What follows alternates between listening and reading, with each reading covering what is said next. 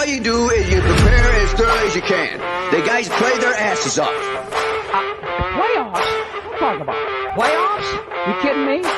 Playoffs? I just hope we can win a game. Another game. Listen, we're talking about practice. Not a game, not a game, not a game. We're talking about practice. That you probably won't say it again. I bet I do. Okay. Chris? If you want to crown them, you crown their ass. But they are who we thought they were. And we let them off the hook.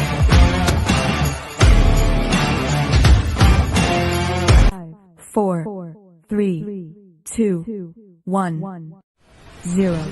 Gather around, SKOL brothers and sisters. This is a SKOL RantZ brought to you by Minnesota Sports Talk. I got Jamie and Casey from GG Sports Podcast and a man who needs no introduction, Wobby from Wobcast 2.0. How you doing, man? I'm doing great, guys. I always love my time with you, so I appreciate you inviting me back on. It's been a fun few weeks, I think, for NFL Nation, but especially Vikings fans. So I'm looking forward to talking about it with you guys.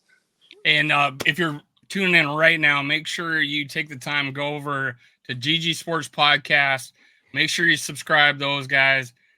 They do great content every day. We do a show every Wednesday, 6:30 Central Time together. And Wobby 2.0, the big booming channel, just had 13,000 views last Monday when it was crazy. Go check it out, Wobcast 2.0. Make sure you hit subscribe. Now, the main reason we brought you on, but we eventually we're going to talk about your viewpoints on the free agents and who you thinking about in the draft. But I've always wanted to ask you how the sausage is made, and about your draft day experiences and what it's like. Can you tell us about what you remember about your first draft day? Oh man, it was definitely at Winter Park, and I believe this was, if not my first one of my first ones. And it was raining. It was a really rainy, kind of crummy day. And the media center back in the Winter Park days was across the street from Winter Park in a big, tall blue building. Just an office building, on the main floor was where the media center was. So on draft day, though, they would set up a media center in the lobby of the team facility. So there'd be media spread out all over the place. But I remember it was rainy and kind of crappy out. And, Mark Rosen was obviously one of the people covering the team. And very obviously at that time, now Mark's been at it for a long time. But even when I'm talking in 2005 or 6, he was very well respected and a veteran, and everyone knew him and liked him and all of that. And he came into the facility and he was hot. I mean, I'm telling you, he was not, something was wrong. And, I think he was rushing to get to a press conference. What had happened, and anyone who's been around that facility, to get from the blue building into the main lobby at Winter Park, you got to go up a hill. And there were stairs eventually, and some nice landscaping and all that. But I think for a time, it was a little bit of a rough go to get up that hill. Well, Mark, I believe, slipped and fell and got, one of his pant legs wet and muddy. So here Mark Rosen is, king of the Minneapolis sports landscape, trying to get to a press conference on time, most likely his questions are going to be the ones, that the GM or coach answers. And, he's got a muddy slacks on. And so nothing to do with the draft, nothing to do with the Vikings. But one of my first memories is, of course, that. And, time goes on. And eventually, when I was still with the Vikings, Mark Rosen, we sort of had him on staff. And Mark and I hosted a show together called SKOL Stories. Really one of the more awesome times for me as a Vikings employee was sharing the microphone with Mark Rosen for that podcast. So came a long way from hiding in the corner while he was upset for getting muddy while falling down the hill to hosting a podcast with him. A lot of stuff happened in between, but that's one of my first memories. And then, in the Winter Park days, the Vikings had their draft party in the field house at Winter Park. and that's where I covered and watched probably the first 10 drafts or so. But as you guys all know, the NFL eventually moved the draft away from Radio City Music Hall and traveled it around the country. And at that point in time, we as an organization decided to send a contingent to the draft. So I would go with a camera guy and maybe a writer or a producer. And we got to go to these sites. And I'll never forget the draft in Nashville. If anyone's ever been on Broadway in Nashville, it's Don't remind me. I wanted to go to that, and then it was nuts. I mean, it was. It was so cool. Talk about it. Go ahead. It was in Philadelphia. It was in Dallas. So I got to go around to a few different sites and cover the draft there as well. So I always thought the draft is maybe the best example outside of the TV contracts the NFL has. The draft is probably the best example of the NFL's marketing chops. They take an event that, really at the end of the day, casual fans and below, they know the names of 5 drafted, but it's a 3-day extravaganza of ratings and marketing money and just absolutely printing money for the NFL. So for the NFL to have marketed in a way that it's become that lucrative for them is really impressive. Yeah, I remember sitting and this is one of the main reasons I did YouTube is I'm 19 years old, sitting in a dorm room watching a 19-inch, Zenith television, and I'm like, the draft, what's this? And I spent my whole weekend, and it was 2 days, right? It was like 1st through 3rd and the 4th through 7th or something like that and it was a 2-day event. And I thought, I never thought I'd be able to do anything and like cover freaking anything ever in my life. And here I am, like, anybody can do it now. It's like, it's a wonderful experience. And who was your first, do you remember your first draft pick you interviewed, or like a first couple of them? Troy Williamson. Yeah.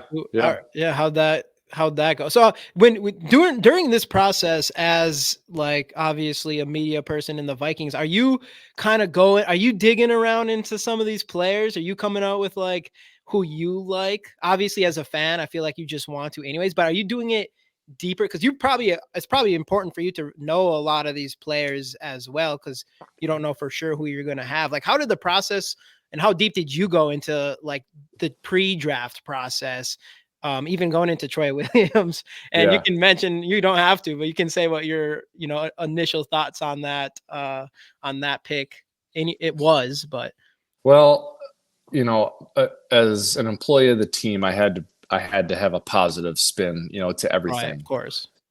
I was really, as someone who grew up in South Central Minnesota and then became an employee of the Vikings, to have Randy Moss traded, months before I arrived, I was pretty bummed out. And so the Troy Williamson pick, to me, he didn't have a fair shake, for me.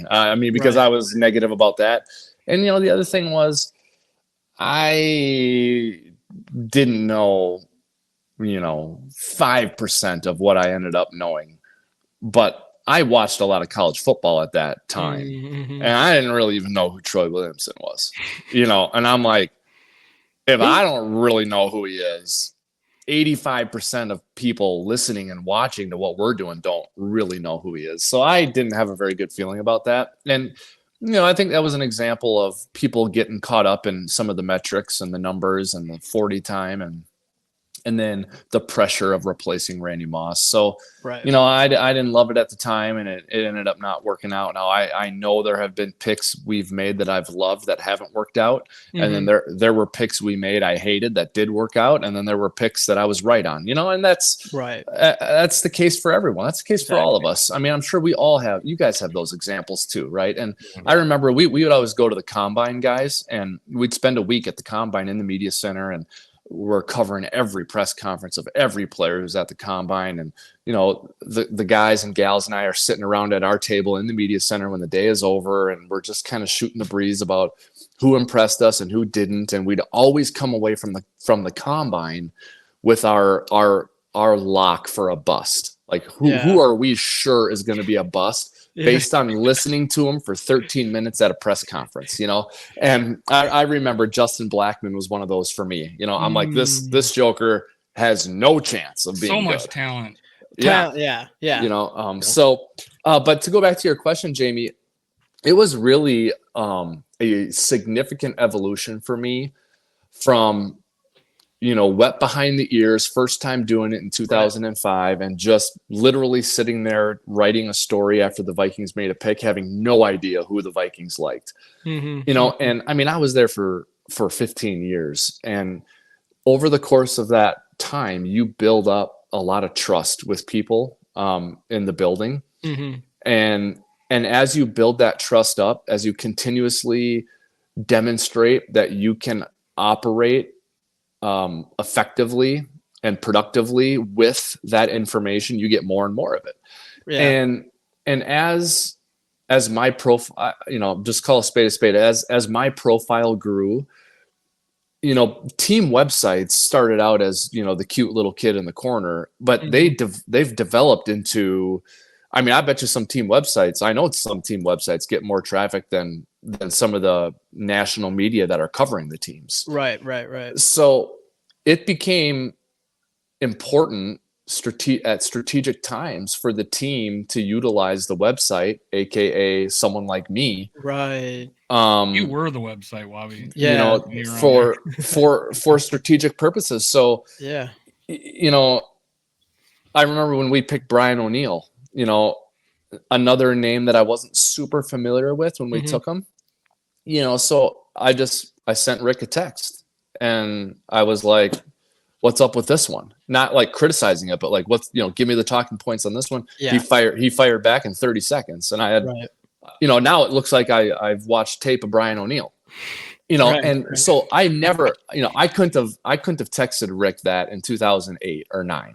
Yeah. But by 2014 or 15 or 16, Rick is very happy to tell me what the reasoning was behind the pick, because he knows that what he tells me I'm going to say, and X number of people are going to hear that. And that's so, and I give Rick a lot of credit, and, Brad Childress and Leslie and Zim, a lot of credit for becoming comfortable and getting to a place where they would share that, because they each had moments early on with me, where it was like I had radiation spewing from me. They couldn't get far enough away from me.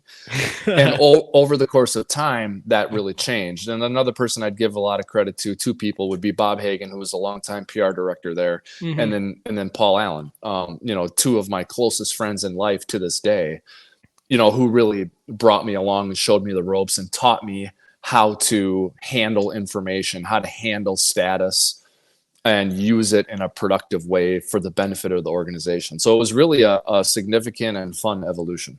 Dude, that's really interesting now that you say it. Like, you were there for like the evolution of media online and with sports. So you kind of you were just going through it from like the beginning, and I'm like, your job must have got just busier and busier as time went on. And you've probably seen all sorts of new like marketing techniques and. Oh yeah. Yeah, it's interesting. I mean, and it was a constant balance of, well, I know the answers and I know the real story, but is proclaiming that going to benefit us or not? And, I'd get a lot of criticism, guys, from people. He's always positive. Of course he said that. And I said, I know. I said, if people were smart when it came to like the draft stuff or free agency, they would listen to things that we don't say. And that would give you contextual clues as to what the Vikings were going to do. And because we're not going to come out and be downright critical of a player. Right. But if we're not defending the player, then you kind of know that the criticism is probably right. You know what I mean? Yeah, well, definitely, because I mean, for any of us who are in like this space and trying to, talk about our favorite team, whatever, and especially the Vikings this year, and with Kwesi talking about Justin Jefferson, with Kirk Cousins, with Danielle Hunter, and you're like looking at those press conferences with a magnifying glass to see like what are they saying, because this is something that I said. I was like, all right, with Danielle Hunter and Kirk Cousins, they didn't say, because when we re-signed Kirk Cousins for that extra year, when Kwesi and KOC first got here, it was like Kirk Cousins is our quarterback. Like, he's our guy. This is why I came here, whatever. And then it was obvious. And then I felt the same way with Danielle Hunter and Kirk. It was like, we like them. We like them, or we would like them on our team. We'll have to like meet in the middle, whatever. Yeah. And then Justin Jefferson came, and it was like, oh yeah, we're not trading Justin Jefferson. Like, we want him. So it's just one of those things where you kind of just, that's what you're doing. That's exactly what I did. I was trying to find out what they weren't saying. And what they weren't saying was, this is my guy, and I'm not going to let him out the building, pretty much. Rick Spielman changed the way that I listened to general managers talk. Oh yeah, because he had a lot of those, like, we have no intention of trading Stephon Diggs at this time. So like you said, it's not like a direct no. Then you know that there maybe is some consideration. Agreed. Yeah, you're totally right about that. And what you guys are talking about doing is high end for football fans. Most don't do that. All they do, it's the sound bites that they hear, and they run with that. I'll take that compliment. Let's go, Wobby. So yeah, a lot of YouTubers will criticize someone like you that works in media for the Vikings, and Paul Allen even. I hear it all the time about purple Kool-Aid, stuff like that. Does it? And knowing, and my defense of you guys all the time was, are they going to like trash a player and then go walk down the hallway and see him? Yeah, and say, what's up? Right. Or sit on the airplane with them for 3 hours to San Francisco. Yeah. It's completely silly. So you made a great point that I didn't even consider, is like what you leave out kind of. So how'd you balance that? How'd you balance that? I know this guy isn't doing great, but I got to talk I got to interview him tomorrow, or I got to talk, say something about him. How do you balance that? Well, so Dave, the thing, so, the inherent benefit of my position was, if Chris Cook was just awful and not playing well, I'm not going to interview him. There's 52 other guys that I can go interview. You know what I mean? And now the external media doesn't really have the benefit of that, because that's, hey, the first round pick isn't playing well. Like, that's the story. We got to talk to him and interview him, but that's not my story. Like, there's way too many other stories that we want to tell. So I don't have to spend time. So like, if I wasn't defending Chris Cook, like that I was probably agreeing with the criticism. Yeah. Right. So it wasn't a hard balance for me after like the first 5 or 6 years. And then, there was always the underlying benefit was, at the end of the day, it's like, well, I'm just going to have thick skin and take that criticism, because at the end of the day, I'm inside the ropes and I have the answers. And, I was blessed. I was blessed to be a sports fan growing up, and a big football fan, and then to land a job with the team. I mean, I couldn't have felt luckier. And I'm like, I find out, the 5 or 6 guys who were most likely to draft. I got coaches telling me what the first play of the game is going to be. I mean, I'm sitting next to PA and Bursich for every game, being their spotter. It's like, I'm going to Zim's ranch in the off season and just shooting. Like, it's just, okay, fine. So, Skull boy 1 2 3 thinks I'm a homer. I guess that I'll take it. Like, I don't know. I mean, there's worse things. Wobby, but back to Troy Williamson. Yeah, a little fun fact. I worked for Daktronics, and I did site support for the Gamecocks. Okay. The first day I walk into the stadium, I get in the elevator. Elevator opens up. Lou Holtz. I go up the elevator with him because I got to go through his office to the roof. If you've ever watched the program, that's where it was filmed, in that stadium. So I'm on the roof, and then I'm back, working on the scoreboard, whatever. But I got to see 2 years of Troy Williamson. Yeah. And the Vikings could have called me. I literally posted today, what player did you know was, and I said bad, but the Vikings drafted him anyways. And I put, I will go first. Troy Williamson, 2005, round 1, pick 7. And one of the reasons is that guy was fast as hell. He was wide open all the time. And his nickname around the team was Stonehands, which happened to be, a nickname of another player. So it was when we picked him, my heart sunk. Especially like you said, we just had Randy Moss, and I got to see this guy play every home game for 2 years. Yeah, and I was so disappointed. Yep, and he's it seems like such a good guy too. Yeah, he was a nice kid, but he was never, and then I don't know that I would say he was. I don't know the nature of his psyche. I don't know if he was a confident, resilient guy or not. I just wasn't involved enough back then. Later on in my career, I definitely would have known that about him. But 05, I was just so new. I didn't even know how to figure that out. But he wasn't good from the start, and he never recovered. I mean, the expectation that comes with being a first round pick are so high that when you fall so short so early, you can never come back from that. And you're Randy Moss's replacement. And then there's that too. Yeah, and that kind of that brings me to my first the first draft that I actually paid attention to was the Christian Ponder draft. I was gonna mention that was number 2 for me. Well, that's what I was gonna head that direction. I really cared about. I was gonna head that direction too because I was gonna say I see your jersey in the background. Oh yeah. And I was gonna. But Casey, continue with because I do have a Christian Ponder jersey hanging up in the closet. I was a believer, but I mean, if you want to talk about like a guy who had the high expectations of being a first round pick and then you fall short of that, like especially at the quarterback position, that was a rough one.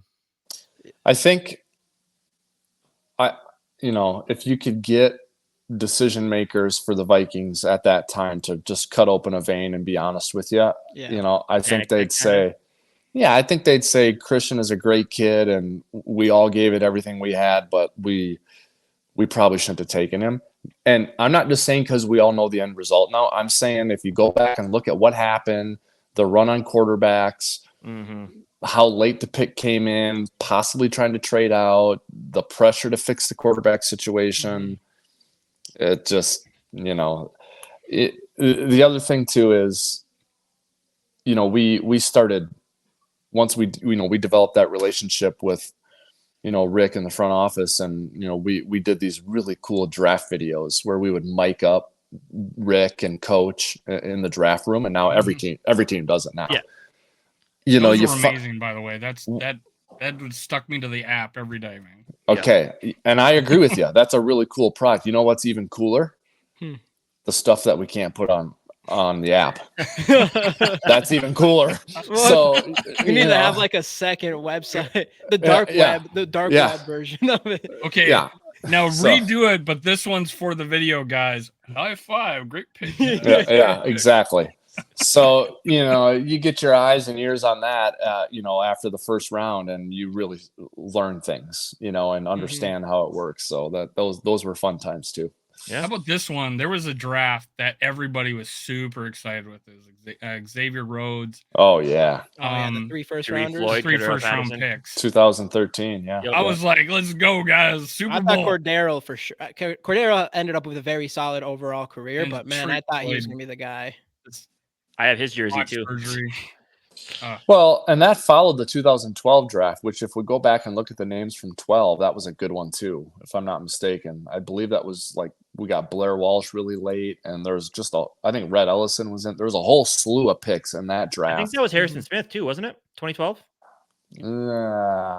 We'd have to go back and look. I think you're right. I think it is. Yeah. The other one Harrison Smith that we just don't really talk about. Yeah, the number one I do not talk about. So like that was just so many good picks in that draft, especially late, and then Harry obviously. And I have a story about Harry too in the draft. Okay. That to follow that up the way they did in 13, that was a couple of really good draft classes.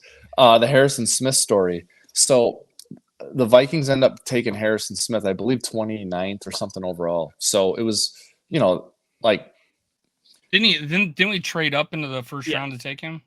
Something like that happened and the Vikings knew they wanted Harrison Smith very early on in the process. Like, I don't even think they talked to him. Like after the Senior Bowl, they didn't talk to him. Combine, Pro Day, top 30 visit. They didn't even no sniffs from the Vikings on Harrison Smith. Now this is early on, so I'm not really brought into the mix yet as a strategic weapon. I'm not trusted. I don't know anything really. And we did this thing called Mock Madness, where every week for like the 6, 7, 8 weeks leading up to the draft, on Monday mornings or Tuesday mornings, we'd survey the internet and who's everyone mocking to the Vikings. We called it Mock Madness, a little spinoff of March Madness, right? Mhm. And so on the last Mock Madness, we would have on the morning of the first round. And someone mocked Harrison Smith to the Vikings, and it was the only one. And that's who the guy pulling the strings behind the scenes. He just chose Harrison Smith to use as the image, on the homepage for that. And there was a person or two in the trust tree who were not happy about that, and really made a stink about it. So that and we took Harrison down. We used a different person's image and all that, whatever. But I swear to God, I was sweating bullets for the next 10 hours. I'm like, holy crap, we better get Harrison Smith, And like at that time, if I could have logged on to some sportsbook app or something like that and bet on where would Harrison Smith get drafted, I would have shoved all my chips into the middle on Harrison Smith because of the reaction that we faced when his picture was up on our website. I remember Harrison Smith being recruited to Notre Dame. I grew up a Notre Dame fan, but Gophers too. But I would look at the recruiting, and he was 2009 coming out of Tennessee high school. Yeah. And he was an athlete. He played running back and defense. I think probably even linebacker, if I'm not mistaken. And I'm like, he went to Notre Dame as an athlete, so he had no idea where he was going. So I started playing him on NCAA football game, and it's like, God, what a stud, man! Loyal guy right there. Glad Absolutely. to see him back. Yeah, for sure. I had a question with free agency, because obviously that's a little bit different with the draft, where free agents can happen at any moment. Like, were you ever on call or anything like that? Like, did you have to stay on your toes for just any free agent news? Oh man, for instance, like Sam Darnold, for instance, I think it was like did you have 1 in the morning Central when Sam Darnold got picked up just the other week or last week. It's crazy. That's just a week ago all that happened. But what was free agency like for you and keeping you on your toes? There was some really long, brutal nights, man. And like the good news was like, finally we got this, they got the deal done. He signed. Okay. It's 1:30. We go down to the studio, do the interview. We'll post it in the morning. Right. That was a good outcome. The bad outcomes were like, we're waiting and waiting and waiting and waiting, and the deal never happens. I think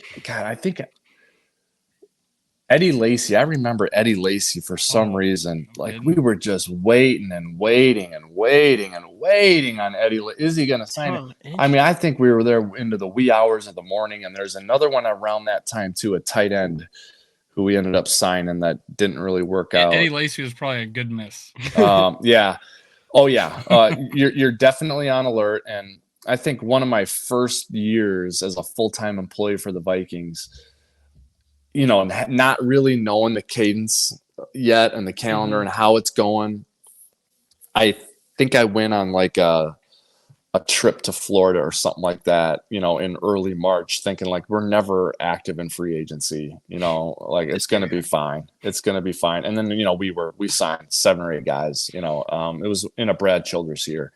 So yeah, I'd say the best way, you got to pay a pager, it's your cell phone now. Yeah. You're just on alert all the time. And your pager, same Darnold, yeah. And we would get a pretty good idea of who to be ready for, because the scouting department will prep the PR department with bios on guys. Like, here is a bio for this guy. Here's a bio for that guy. Right. So you got these bios ready to go, and PR talks to content, and, you kind of got each other's backs.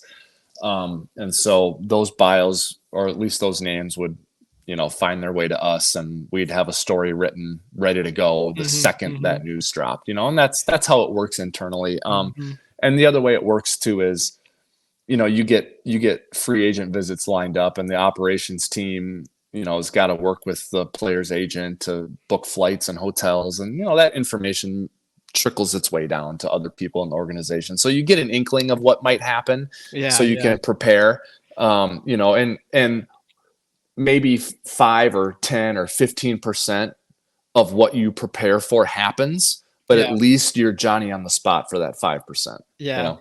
What was the Brett Favre whirlwind like? I know obviously you said at that point you weren't like fully invested in the whole thing at that point. But I swear, me and Casey are just like we just do too You're much podcast. You're vibing right now. Yeah. I just get like I was gonna ask you the same thing with the Christian Ponder too, and that's exactly what he said. Yeah, the Favre one was a little more like we were flying by the seat of our pants there because that was like Brad kind of not going rogue because he was a decision maker, so he by definition can't go rogue. But that was sort of happening in real time. So even if I would have been super plugged in at that time, I don't think we would have gotten a very, very advanced notice on that. The one that was maybe the hardest for me to like bite my tongue on and like keep under wraps was the Randy Moss trade.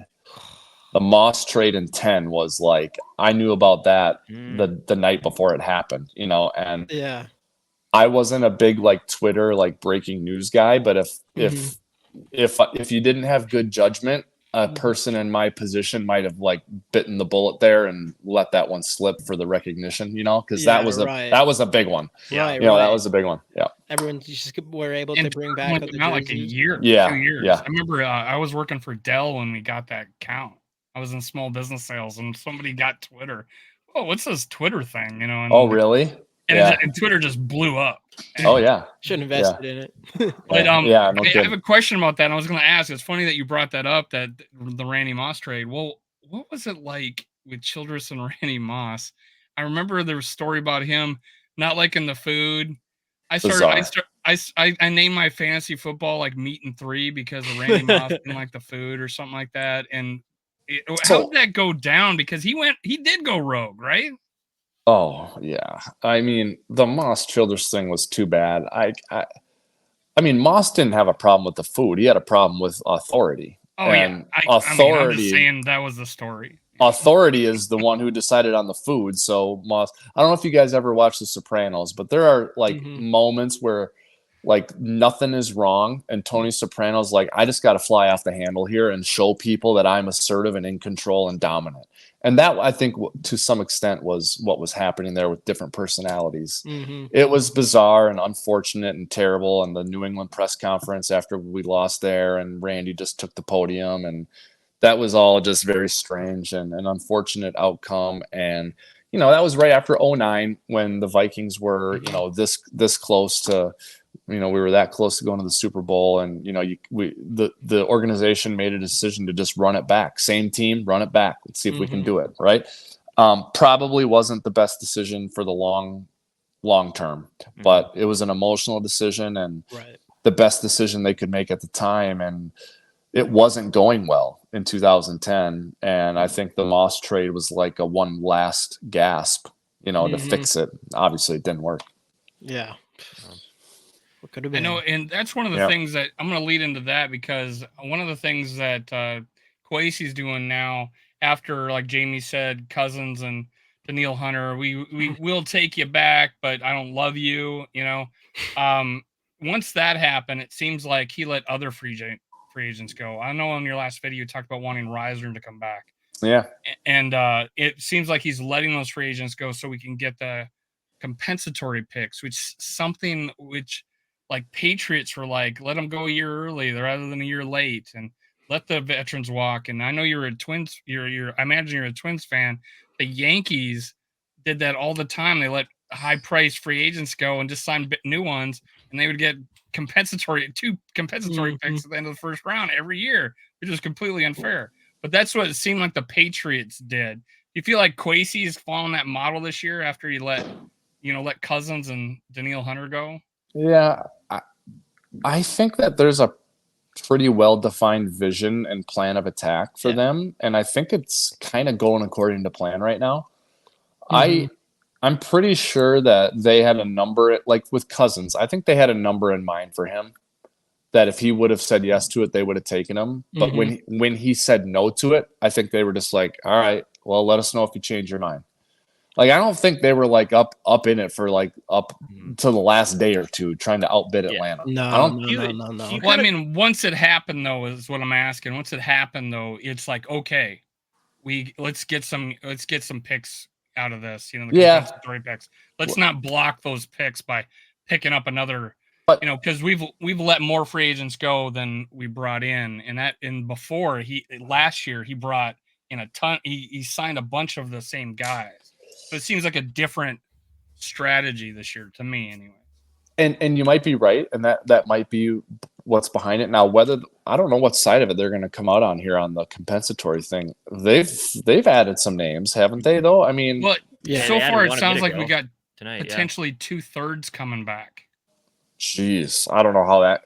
I hope they do. That'd be great. Well, there are people talking about the KJ, which I'm like, I don't really know enough about how that works, or like, because I was like, KJ Osborne will give us a third. Well, here's the deal on that. We signed that receiver. I forget his name offhand, but for $1.79 million. Sherfield. Apparently, that's the cutoff of a compensatory pick. Like getting that pick, and we played right below it. That way, it won't affect our status. But then KJ Osborne signs for $4 million, and now it helped us uncover some of our picks. And that's from me watching way too much YouTube and following too many people on Twitter. That could be a part of the strategy for sure, Dave, no doubt. And those compensatory picks can work out. That can be a good strategy, and it's a good long-term strategy. I mean, you don't get those picks until the next draft, right? So that definitely could be part of it. One thing I think happens too is if all things are equal on a player, if you're a new GM, all things are equal on a player, and he was the previous regime's player, tie goes to letting him go. Just because it's just part of what was, and we don't want anything that was. Right. I think that consciously, maybe certainly subconsciously plays into it as well. I was pretty critical of them on the Zadarius Smith thing and Marcus Davenport, and I'm like, who's going to rush the passer? This does not look good. I remember that, actually. You mean by letting them go? Yeah, I just didn't like it, and I didn't like who they got. But now they're I like what they're doing. I mean, they end up letting Hunter go, but I like who they brought in. Me too. I think the guy's Ben Ginkle, man. Yeah, I like Ben Ginkle a lot, and that's kind of what I was going to ask you. I said an overarching like free agency viewpoint. Now, do you like what Kwesi's done? Because what I respect, and I guess it can depend on what side of the Kirk Cousins side you're on. But like, I do like how he kind of had like a line in the sand. He's like, here's where I'm at. If you can't meet me at the line, then I'm just going to have to walk away. And I kind of respect that. I do too. I don't know if this was the plan or not, but the way it happened, I think, is good for Minnesota. I was not a proponent of re-signing Cousins. I thought we've seen this movie before. We know how it ends, and the sooner we get out of this show and we have a better chance to see a good show, right? I mean, we know how this one is going to end. I think I do anyway. I just think the whole thing needed to be different, not just Cousins out and someone new in, just a whole new vibe there. I think needed to be different. So, but I think the caveat to this, guys, is as much as we've liked a lot of the moves they've made, what does it really matter if they don't get it right in the draft with the quarterback? Yeah. No, and that's last night on my show. I said, most everybody on the show, there's 4 of us, and we said B. I said B- because talk to me after the draft plus 3 years, and I'll tell you how this offseason went, because it's all about that quarterback. Draft. So yeah, I was just gonna say I think me and Casey both were definitely like, I was ready to move on from Kirk Cousins. I thought the same exact thing. I thought it's obvious to me that we were prioritizing the future, and Kwesi was more worried about what the future looks like at that position. So I thought for sure he put a number, like exactly what you said, put a number out there, and Kirk Cousins either accepts it, and I don't think there's going to be much in between them. It's either he does or not. I think the number was fine. It was the years that weren't fine. Yeah. But that's a part of it. Even though I knew that, and me and Casey knew that as well, it was like we knew that was going to happen, and we knew we were going to be in a situation where now we don't have a quarterback, and we're going to look and be desperate for a one in the draft.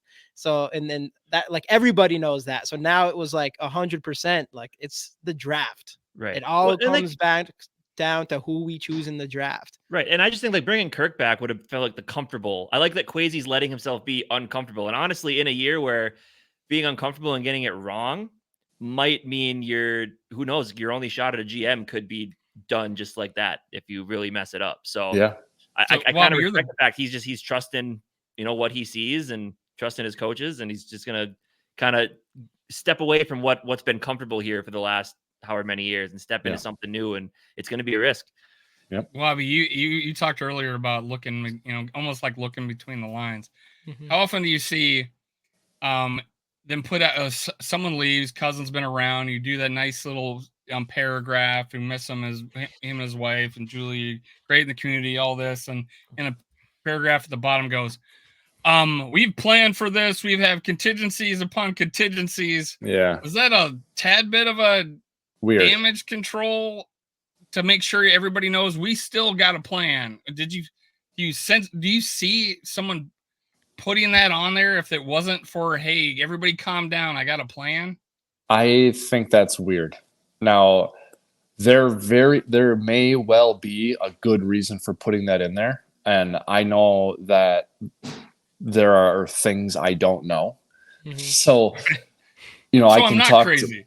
Well, no, you're not crazy, and I could call up one of my friends who works there or former coworkers who works there and talk to them about it and figure out, like, they could tell me a reason they did that, and I'd be like, I got it. Okay, yeah, I guess that does make sense. I never would have known that, right? Mm-hmm. But there's also a chance that that was a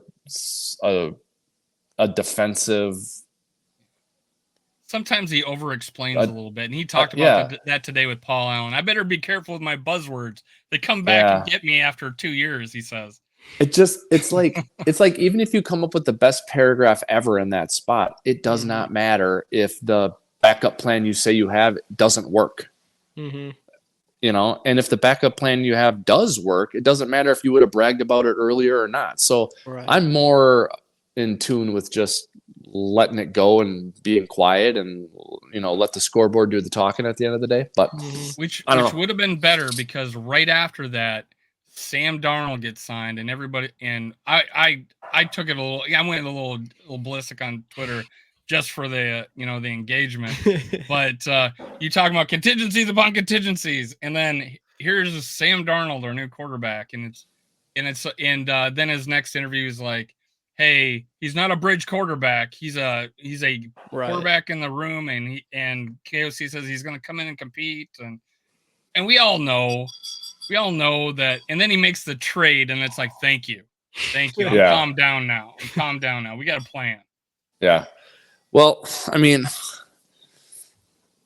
saying that Darnold's not a bridge quarterback and whatever, I mean, that's semantics. I mean, he's that's what he is. I mean, you can call it whatever you want. But... Like, we know he's a bridge, Quasi. And that's okay. And that's okay. Yeah. I mean, that's really just fine. And that's a pretty dang good one to have, really, at the end of the day. I mean, you look at the market or at the universe of possibilities of who you could have come away with. I mean, Sam Darnold's not a terrible one.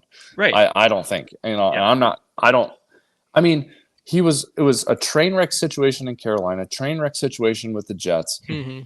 But he had a lot of success at USC, has a lot of physical tools, and Kyle Shanahan, who I think we should all respect and trust, thought enough of him to bring him in as the backup on a team with Super Bowl aspirations last year. So, I mean, I'm sure and Kevin he beat O'Connell, out a guy he traded up and got.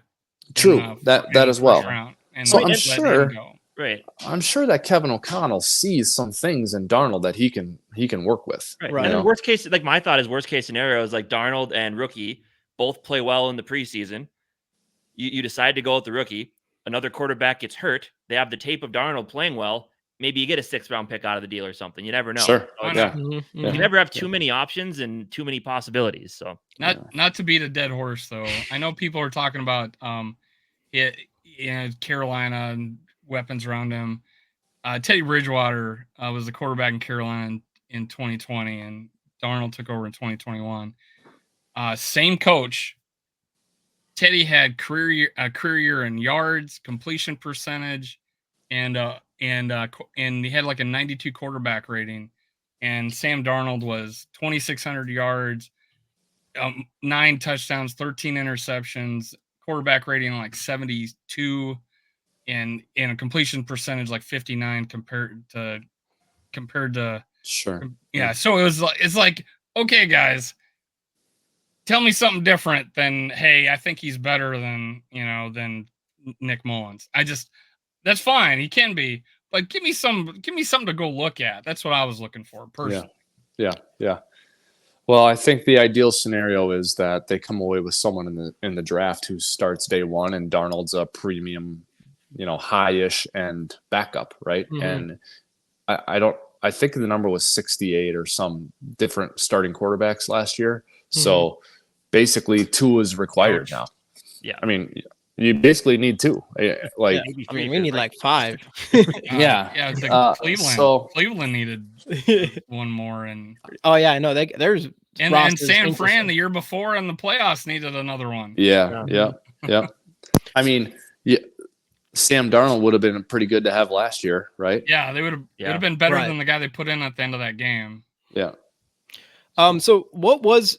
I mean, we're going towards this whole trade thing. So what was your opinion on that trade? Obviously, I mean, you don't see that very often where you trade for a first round. It sounds like the way you look at it, like it makes a lot of sense. But what's your thoughts on him moving up to grab that 23rd? Because it's a mystery. Because what does that mean? Is he just setting himself up to potentially, does he already have a plan in place with that? Or he just wants to at least have some sort of ammo that he can use? Like, I don't know for sure if I trust that he has like, plan in place right now. Handshake agreements exist. Yeah, exactly. So it's just like I see why you do it and I like it. I'm like, it's bold move for sure. But it's like, so does he have a plan? Or is he like, he just wants the ammo? So like nobody else can outbid us when we do want to go grab a guy. So that is absolutely the question of the draft for the Vikings, but I think it's one of the key questions of the draft for the whole league. The Vikings, to me, are one of the teams who wield a lot of influence and power in the draft right now into what happens in the first 10 picks. So I've been thinking about this a lot myself, Casey, or Jamie. I think that's a good question. This is my gut. Whoops. I think the design of that trade is to get up in position on the day of the draft to get the quarterback they want. Because I think that he is going to be willing to give up next year's first to do it. If it comes down, they'll do it. I think they don't want to. Was that he saved the 2026 pick? Like, we don't have to use that now. That's what I love about it. Like, I think they don't want to have to do that. Like, I think ideally they're like, he'll fall to 11, or we'll have to move up to 7, or he'll magically be there. So you're talking about JJ McCarthy. Well, I don't know, but I think if they have to give up next year's 1 to do it, they will do it. Yeah. So I think being at 11 and being at 23 gives them 2 different platforms from which they can move up to get the guy. And they know that no matter what it takes, we'll have what it takes to do it now that we're at 23 and at 11. Does that make sense? Yeah. And can you expound on this a little bit? You're just, my bells are going off in my head. Could you tell me, like, as a picture going down, is the GM like a Spielman, or in this case, Kwesi? Okay, now we're at 2. Our guys there, or our 2 guys are there. Are they checking at 3? Hey, is anybody? We got the ammo. We got the ammo. You tell us. They're calling you it. You tell us if someone's calling for them, right? Or do they lie to you and you go, "Here's my 2 fast." Okay. No. There's honesty there. There's honesty there, and the reason for that is there's mutual benefit in the honesty, because, like, you'll say if Jamie's at 2, and I'm at 5, and I called Jamie up and I'm like, I'm thinking about moving up, like, and then Casey calls Jamie to move up. Jamie's going to take Casey's offer and hear what it is, and then he's going to call me and say, "Hey, Casey called me," because now I might increase my offer. Right. So you call him up, and you may not tell him the name, you might tell him the position, but after every pick, you're calling to gauge the temperature to make sure that no one else is trying to jump you. Yeah. So I think the Vikings have the hammer and will be willing to use it. And that hammer is the first round pick next year, which coming up from 11 will absolutely give them the juice they need to get anywhere on the board to get a player that they want. And that's actually, I was going to say, I mean, I just thought of it right now. And that's a good point. As far as when you trade with other players, there's got to be some sort of trust and honesty there, because if you get screwed in some situation, like you're never going to trade with that person ever again. Right. Like you have to worry about things like that. Like you want to kind of work together and obviously meet and like get the best situation for all of you or for both of you. But I mean, I don't know. I never thought about that, because I was thinking like you could be like, hey, this person called me and they're about to give me 3 first-round picks, and you could be lying to them. But remember when repercussions that come with when that. we drafted Khalil and we were at 2 and we traded down 1 spot and we got a 3rd rounder for it, and everybody talked about how Rick, Tricky Rick got that extra pick. That was, I don't know if you were inside, you weren't calling him that, but when I was looking at the papers and watching ESPN, they're talking about how Rick finagled a 3rd round pick out of a guy to just jump up 1 pick. So yeah, but that's why I was kind of asking about that. Is there any deceit there or anything? And you cleared it up for me. I don't think there's deceit, but like, even though the Vikings aren't going to take that guy, that team still has to trade up, because there might be another team who wants that guy who's trading up, So he may have never said, he may have never divulged information that there was a team asking for 2 and we were willing to trade down. So, hey, you guys, we want Khalil. We'll let you go up 1 spot. We'll take Khalil at 3. That's probably what happened, and just the information that get divulged. Yep, exactly right. And it's like, so who are you thinking? You like an offensive guy or a defensive guy? Offensive guy, okay. And now it's like, well, we want the defensive guy, so you feel safer trading that pick to that guy, So yeah. So what do you think? Do you think there's any possibility of trading in the top 3 in this draft? I think 3 is possible. You think New England would move? Just because they do need a lot of others. So if you toss them 3 first-round picks and they don't feel like they're ready for a quarterback, I could see them. That's probably not a bad. Because like, do you pass on a quarterback though if you think he's your franchise though? You have to definitely think, but you might really not like he's not your guy. Exactly, and so I think the one thing that is easy to forget is, like, if we were having a draft of current NFL players. And you were picking 3rd, like New England is, you'd be like, well, we're in great shape because we're going to get Burrow, Mahomes, or Allen. We know they're all good. So we're fine. So you would never trade out of that, ever. No, you would never trade out of that, right? No. But, like, that's not happening with the college guys. Like, you might think that Caleb Williams stinks and Drake May stinks, and you only want Jaden Daniels. And if Jaden Daniels goes 2 to Washington, you don't even want to pick there anymore. Yeah. And it's like people are like, well, Drake May is there. And it's like, well, yeah, but we think he sucks. Like, we think he's Mitch Trubisky.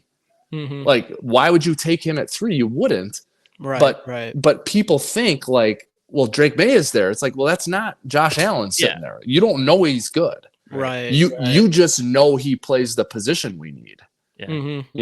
Did we just get a little? Did we just get Wobby's quarterback rankings right there? No, no. But I do like Jaden Daniels. Yeah, we like him a lot. I have him number 2. Everybody we associate with loves Jaden Daniels. Who's your top 5? Yeah, that's a good question. Who's your top 5? Well, I don't have anything like super unusual. It's pretty standard. Okay. Although I don't have Drake May in there. So in your top 5? No, I don't. I just don't. I'm the kind of person who I'm like, all right, I don't know enough. I'm an average person when it comes to this. I'm just coming up with my own top 5, and I do look in these players, but hey, who the hell am I to say I know who they are? So even with Drake May, when I watch him, and I've told this to Casey too, I'm like, I was really disappointed because I thought he was going to look a lot more ready than he was. Like, I'm like, he just doesn't feel like a day 1 starter. It feels like he's nervous back there and he's making a lot of, I don't know, just not a lot of smart plays and nervous. And when he's under pressure, I know that offensive line was terrible, whatever, but something comes off to me where I'm like, I like him as a person, but I'm not convinced. But I was still like, even if that's the case, I'll put Jaden Daniels ahead of him. Cause if people thought he was potential generation talent. I was like, all right, I'm not going to step over that yet. Maybe in a couple of years I'll have enough confidence for that. Yeah. But that's kind of because that's what I saw from Drake May. Is I don't know. He just doesn't seem to be as NFL ready as a lot of people say. But if you pick him, my guess is he's starting week 1. I'd still put him in my top 5 probably, but who is so then what was yours look like for you then? Well, I think the safest pick is Harrison. I think he's the surefire. Like I'll be the most surprised if he's bad. That would surprise me the most of anyone being bad. Who's that? Marvin Harrison. Oh, Marvin Harrison. No, I mean for the quarterbacks. Just quarterbacks only. I was like, what quarterbacks? Okay, Marvin. Yeah, no, Marvin Harrison. I agree totally with you. Yeah, threw me off just there, but I agree. I agree with you, Wobby. Top 5 quarterback. Like who would you? So I think obviously the Cardinals Drake should stick May. and pick. If we move to the top 3, I guess you'd say like Drake May is obvious. That's off your board. Like who would it be? Is it Caleb Williams, Jaden Daniels, JJ McCarthy, and then McCarthy? Yep. Yeah. And I don't think I think McCarthy is. I think he's got a chance. Everyone's got to be in the right situation, right? But I think McCarthy has to be in the right situation, and Minnesota is the right situation. Right. That will work. I wouldn't like JJ McCarthy in New England. Yeah, terrible. Kind of feels like maybe he'd be a Mac Jones. And I could feel the same way about Drake May in New England, right? Where you at with Nix and that's Penix? what they could be. I think I have a super awful, terrible, bad stigma of left-handed quarterbacks. I just can't get there, man. I can't get there. I told people I was going to just record the games and flip the image so I could watch them right-handed. I can't get there. And I like Steve Young. I know. So I can't get there with Penix and Nix. I think Nix isn't he getting mocked a lot in the 20s? Yeah. I think that's right. Not in how he looks or how he plays, but in how I feel about his value and what I would do with him reminds me a lot of Teddy. I would move up into the end of the first round and take a flyer round to get that 5th-year option because it's quarterback and he's got experience and he won a lot of games and people love him and he's tough. If you're back there, if you already got a quarterback and you're back there, I'd take a flyer on him. I mean, you're not going to be married to that pick, right? Is there a wild card out there? It doesn't work out. Yeah. Yep. Is there a wild card out there? Because it I don't know. Spencer Rattler seems to be jumping up a little bit instead of the end of the draft to the middle of the draft.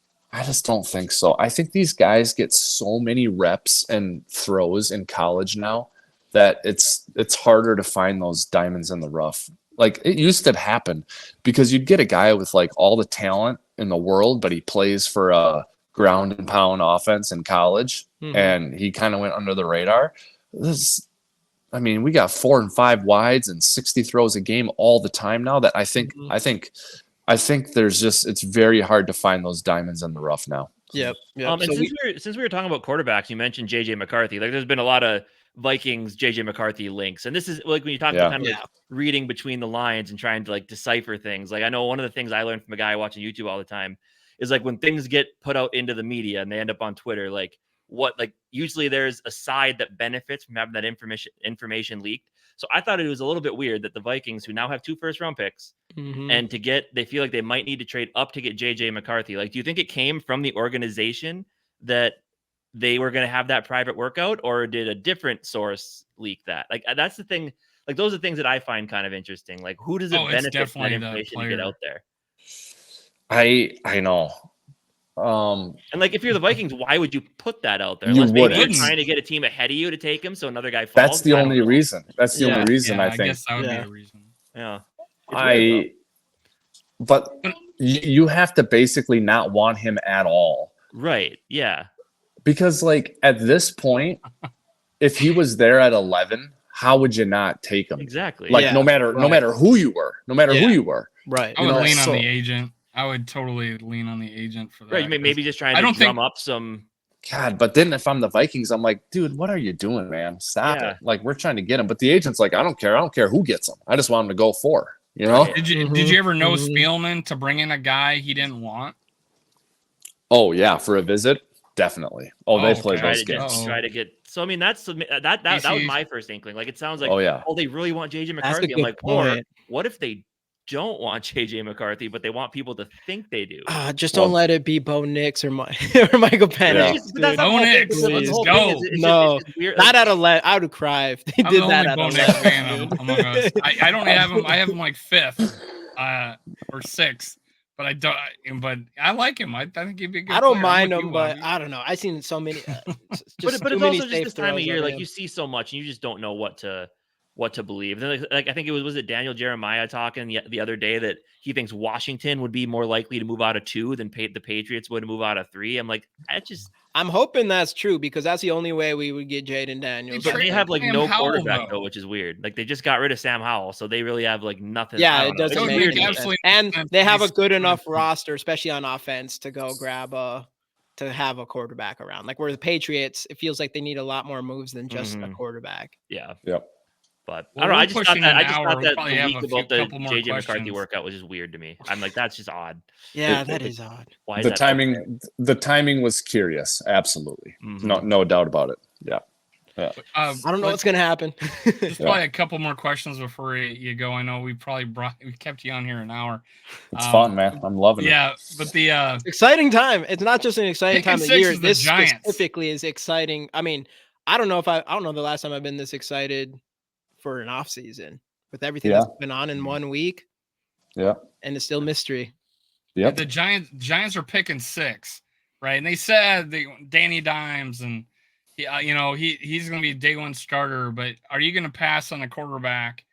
Or you could have an opportunity to just go up a couple of spots and one of those teams just drop down and still get their receiver. You know what I'm saying? So and I've seen, I've seen a couple of podcasts from fans, and they kind of feel like that they would be a team to trade down to us. Like you were talking about the Vikings trading with the Giants at some impossibly. Yep. So they kind of feel, I believe, that they're not going quarterback, and because they would be a crazy wild card to just jump up a couple of spots, snipe us, and because I'm not worried about Denver or the Raiders, I'm kind of worried about. If the Giants decide I want a quarterback, that's what I'm worried about. Because 6 could be a popular spot for a team to drop back to.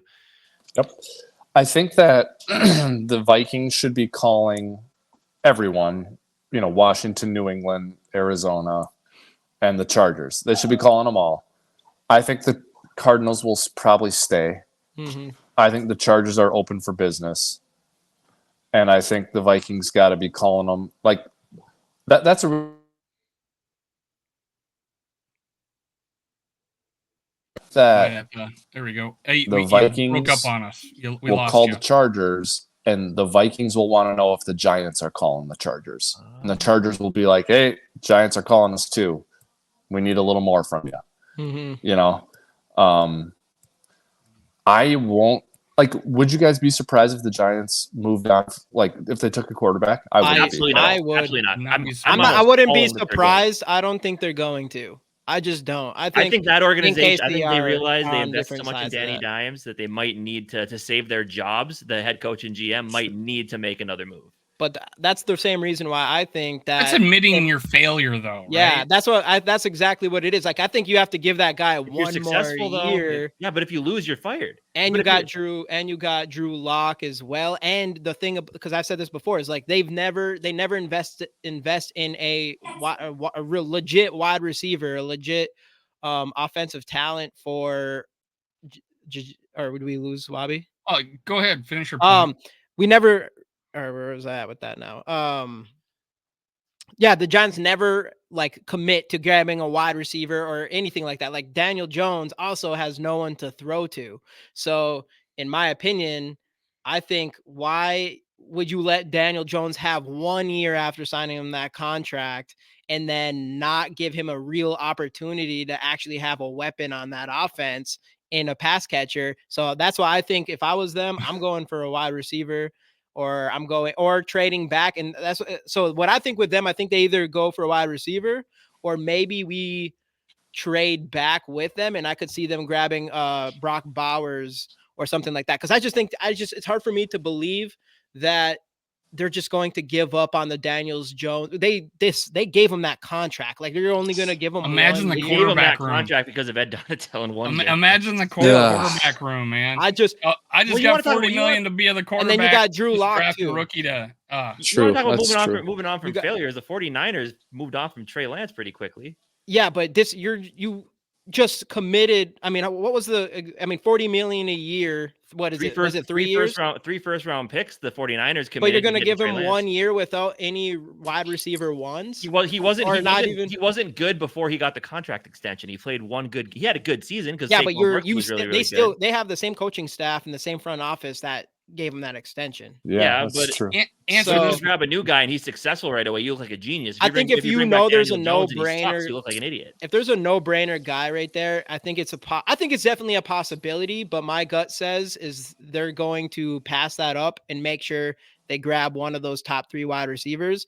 Or I could see them trading back to us and trying to get Brock Bowers to get with Waller retiring to give Daniel Jones, a guy they decided to give $40 million a year, and they are on contract with 1 more year to try. Unless they think like JJ McCarthy and that's the guy that's available. Unless they think that's just like there's a no-brainer. This is our favorite guy.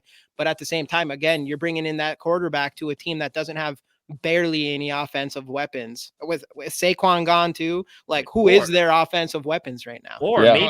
Maybe they're sitting there. It's like there's 3 wide receivers we like. If we get a team to jump up ahead of us, we know for sure one more of those we'll have a pick between 2 and not just 1. So maybe that could be a part of it. I just think that's what's gonna. And more same receivers down to them, so they have a. And I feel the same way about Marvin. Like you said, like I think Marvin Harrison Jr. is definitely generational talent, and I have a hard time believing the Cardinals will pass that up. I mean, 3 first-round picks, that's a lot. I think we'll do that, but I think we really would want to give 2 to get up to that force. I don't know. That'd be tough, but I have a hard time believing them because you lost 2 wide receivers, Hollywood and Moore. And then same with the Chargers with losing Mike Williams and Keenan Allen. Like I feel like those 3 teams need wide receivers so bad. It's either going to cost us more to move up because of that, or they're going to stick and pick. So if I was to make a guess right now, to 11 when they want those top 2-3 receivers is kind of. And we're talking like those 3 receivers are some of the best that's came in the draft. It's kind of like the quarterbacks in this draft. So that's kind of where I'm here's a relevant them, question. So. We just talked about it, Trey Lance, and he started. A NFL coach said, "We think you're ready to start. Here, you're going to start today." How much pressure does and you experienced, because we drafted Ponder pretty high. How much pressure does that head coach have and the GM, probably too, to get that guy out on the field? They're saying, hey, he doesn't practice all that well, but let's put him out there. Well, I think it's all about the plan. I think it's the plan. So like I always thought the Vikings would have been really wise to draft a quarterback fairly high to sit behind Cousins, and you say to Kirk, hey, just so you know, if player X, Y, or Z are there, we're taking them. You're our guy.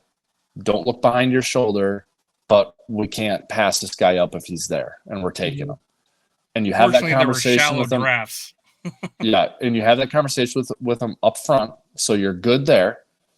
And you don't want to quell the kid's competitiveness, but you make it clear to him too, like you're not playing. Like sit down here like Rodgers did and like Jordan Love did, and just watch a guy who is playing the position the right way, is everything you want out of a leader and the CEO of your team, and just learn.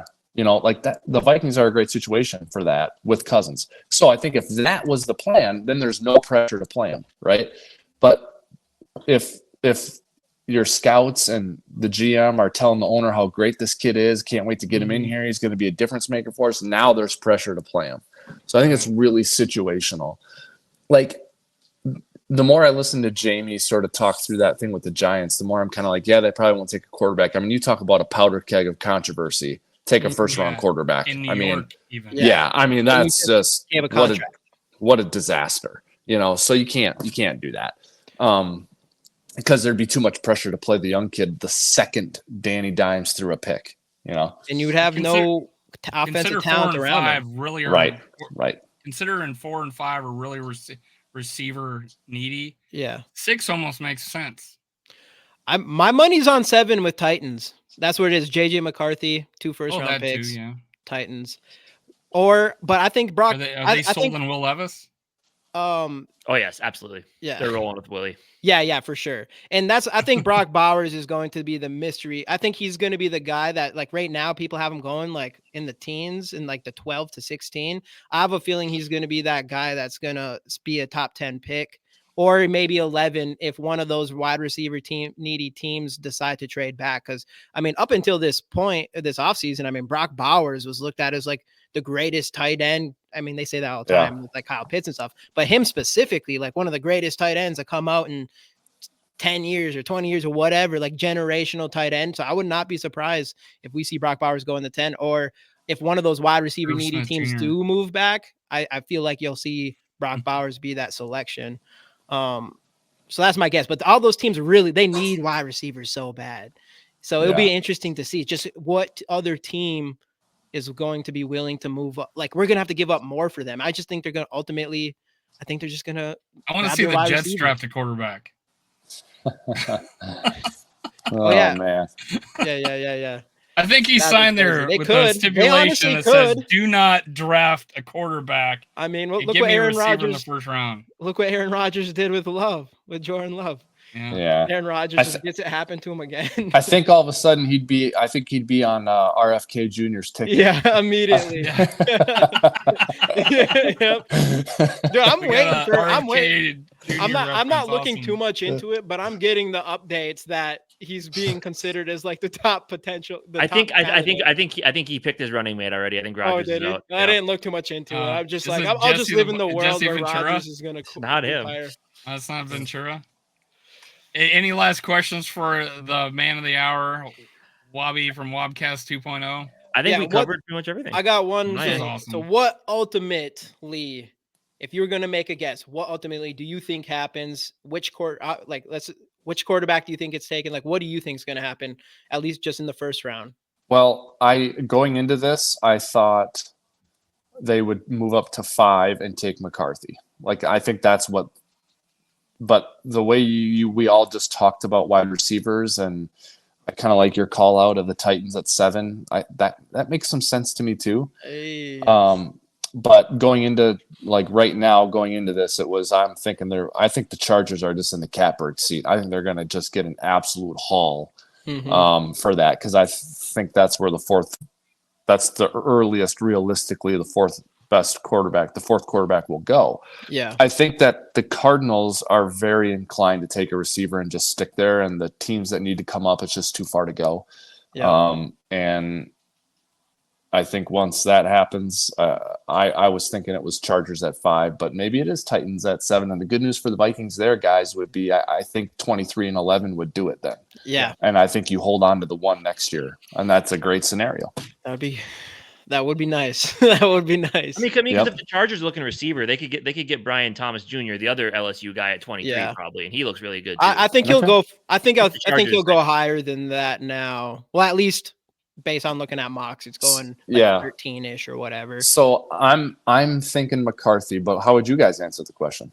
Same, probably. I think McCarthy's the guy. I think my guess is I'm just going to believe that the top 3 quarterbacks that everybody's been talking about is going to go 1, 2, 3. I have a really hard time believing. You're right. Like, Bobby, there's a real possibility, and there's been smoke about it already, about the Patriots really wanting Jaden Daniels. If he's not there, maybe the Patriots do decide, like, okay, we're not confident in Drake May, and then they decide to do the trade then. But my guess is I think they're going to, those top 3 quarterbacks, I think it's going to be JJ McCarthy. That is really interesting with what Casey was talking about with the reports coming out with the private workout. But I don't know. Seventh pick, I could see that. 2 first-round picks. I can't imagine they'll last to 11. But one thing I know for sure is you're not picking Bo Nix or Michael Penix at 11. That's if we save our 2025 pick, I'm giving Kwesi an A+++. If you still get McCarthy out of the deal too. That'd be because impressive. We won't have the second next year, and then we're probably going to get some compensatory picks. So now we got a rookie, and money, 130 million in cap room, and almost all our picks, and an extra one. We're just missing the second. A++ for me. Yeah. And as far as a quarterback, I'd prefer between May and JJ. I'm leaning on the guy I like as a personality. I think he's a cheat code scrambling, and he has a strong arm. I'm a little worried about the 9-inch hands. Those are, I think, are even smaller than Culpepper's, but plays indoors. So I'm like, but I could root for this guy. Hearing him in interviews and stuff, I can root for that guy, and I would have more patience with him than probably Drake May. So I'd have more patience with this kid. And if you save the first round pick, like that's the big question right now: 2 first rounds for JJ or 3 for Drake May? I would go with 2 with. Oh yeah, I've seen that poll out there, and I would go 2 for McCarthy. I mean, I guess at the end of the day, it really all depends on how highly they like. It all depends on their quarterback. Like if they think like JJ McCarthy is a step above Drake May, and they're sitting there just like, if we could only 2 first round picks, hell yeah. Right. Yeah, that's a no brainer. But and the thing is, if you're right about it, the quarterback, I'll give up a first round pick every year. Yep. If it's Josh Allen or Joe Burrow, you can have my first round pick every year if I get that guy. Yeah, I know. Yeah. Right? Exciting times. Exciting times. Only going to get more exciting. So if you're still on listening, we got Jamie and Casey from GG Sports Podcast, Wobby from Wobcast 2.0.